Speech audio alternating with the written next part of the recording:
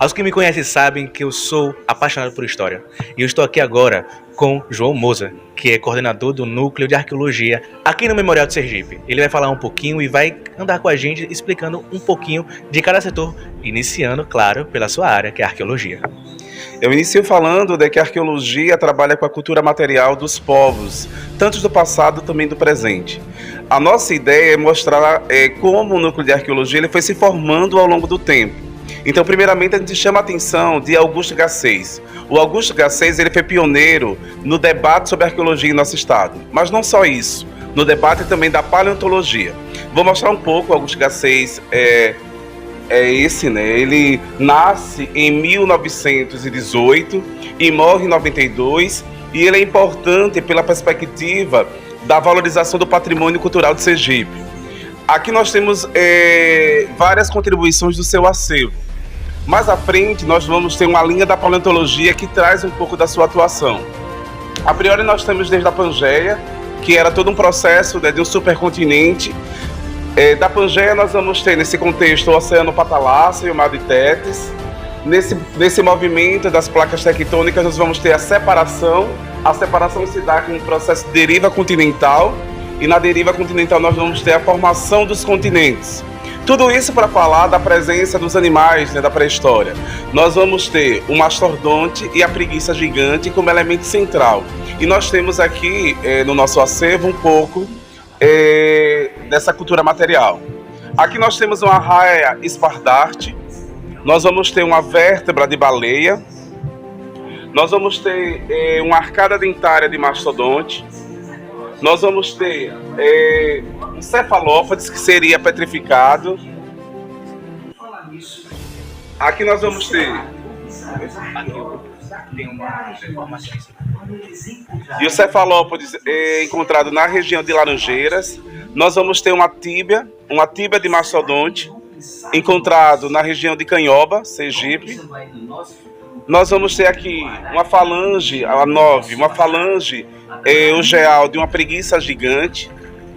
E nós vamos ter um camelídeo, que é o 6, um astragalo de camelídeo, demonstrando essa perspectiva da paleontologia e a contribuição de Augusto Garcês nesse cenário. Saindo da paleontologia, nós vamos entrar na pré-história, o pré-contato, o pré-colonial. Seria aqui desde um fragmento cerâmico. Nós vamos ter dois tipos de fragmento cerâmico. Nós vamos ter a cerâmica Tupi-Guarani, que é essa primeira, e embaixo nós vamos ter uma cerâmica denominada Aratu. Vamos ter a presença de disco perfurado, cachimbos pré-históricos cerâmicos. Vamos ter um virote utilizado para derrubar animais e também para coleta de frutas. E vamos ter aqui as lâminas de machado encontrado em nossa região, especificamente em Japaratuba. Nesse momento de autoexplicação, me faço ausente, vou deixar aqui com que o professor e coordenador possa explicar mais à vontade sobre cada ponto daqui de uma forma corriqueira para que vocês possam conhecer. Então, professor, o palco é todo seu. Então, aqui nós vamos apresentar um pouco dos povos originários, especificamente trazendo a contribuição deles. Trazendo para o mapa, nós vamos ter toda uma perspectiva, toda uma geografia de resistência que traz os caciques e a sua contribuição. O nosso diferencial foi trazer a mãe Carira, porque não se tinha uma mulher que elencasse nesse processo de resistência em nossa historiografia. Então a gente consegue trazer a mãe Carira, da cidade de Carira, que lutou e resistiu ao poder colonial. Então isso contribui para a gente pensar como esses povos originários potencializaram a outra maneira de existir. Aqui nós vamos ver toda a materialidade dos povos originários. Nós temos as flechas, nós temos panelas de barro, nós temos fogareiros, o que demonstra uma tecnologia humana, mas também uma tecnologia material. Nós vamos ter também aqui um tipiti. O tipiti era para extrair o veneno da mandioca. Uma peça também muito utilizada nas casas de farinha em Sergipe, demonstrando essa presença indígena e essa herança indígena. Do outro lado, nós vamos ter um colar casco de tartaruga. Esse colar casco de tartaruga fala um pouco das experiências do povo do Xingu. Aqui nós temos o maracá dos povos Chocós, demonstrando também esse processo de resistência e toda uma materialidade que compõe, né, que compõe o cotidiano das comunidades indígenas em nosso território, mas também em todo o contexto brasileiro. Olha só, eu estava pesquisando aqui, procurando, e acabei encontrando o Glaudson, que é responsável aqui pelo núcleo cultural aqui. Glaudson, fala pra gente que parte do acervo é essa e o que é que tem aqui pra gente conhecer. Então, aqui é o acervo, o núcleo da nossa cultura, né? A gente fala sobre a cultura sergipana, que é muito diversa, né? Que ela vai desde uma representação da cultura dos povos originários, né? A cultura africana, da cultura afro-brasileira. E essa base é que vai formar a diversidade cultural aqui no estado de Sergipe, que vai desde a literatura, do bordado, do artesanato, e aqui a gente vai encontrar tanto a renda irlandesa como um patrimônio cultural e material do estado de Sergipe em nível federal, como o artesanato do artista velho. O véio é um dos maiores expoentes da cultura popular, né, aqui no Brasil. Ele é da cidade de Nossa Senhora da Glória. E nas suas peças ele vai retratar o seu sertão, o sertão velho. Todas em madeira, e ele vai trazer essa estética, essa representação do povo de Nossa Senhora da Glória, que são as mulheres retirantes, é o homem do campo, todas em madeira. Essas peças que vai estar aqui no Memorial Sergipe são peças que se tem mais de 40 anos, que é uma das primeiras peças do artista, com o seu ato de pertencimento, que é a sua terra natal, Nossa Senhora da Glória. Muito bem, e assim como eu fiz lá com Moza, que não é o pianista, vou fazer agora com você. Fique à vontade para falar da história. Te faço agora repórter. Então, nessa sala aqui, né, o véio também, além de ser um dos maiores expoentes da cultura popular, ele é um dos maiores miniaturistas do mundo, né? Nessa sala aqui, a gente vai ter uma curiosidade. O véio, ele vai estar no livro dos recordes, o Guinness Book, através dessas miniaturas aqui, né, que vai ter menos de 3 milímetros. Né? Então, o visitante chega aqui, né, ele vai ficar super à vontade nessas peças, né, que vai retratar, né, Sergipe é o menor estado, né, da Federação Brasileira, mas Sergipe ele é muito enorme no que tange o fazer, o saber, que está muito presente na nossa sergipanidade. Agora, na sala de Sergipe Império, e tomo aqui o meu trono como barão do café. Brincadeiras à parte, ó, nós temos aqui representações de algumas das personalidades mais importantes para o estado de Sergipe. Temos aqui Barão de Maruim, tem o brasão da família do Barão de Maruim, tem o Barão de Japaratuba com o seu brasão. Aqui ao lado temos o Barão de Estância, Barão de Cotinguiba, Barão de Itaporanga, Barão de Laranjeiras. Você percebeu que tem uma coisa muito familiar nisso daí, né? São as pessoas, são as personalidades que nomeiam ruas, locais, lugares e cidades do nosso Sergipe. Aqui a gente retrata a parte do Império, onde tudo começou, desde quando era junto com Bahia até agora. Vamos conhecer um pouquinho mais lá dentro do acervo. Estamos no acervo de Tobias Barreto, né? E o acervo pessoal dele. O Moza vai falar mais um pouquinho pra gente desses livros que ele tem aqui e contar um pouco mais da história. Sim. Tobias Barreto nasce na Vila de Campos em 1839, é um dos maiores representantes intelectuais do Brasil.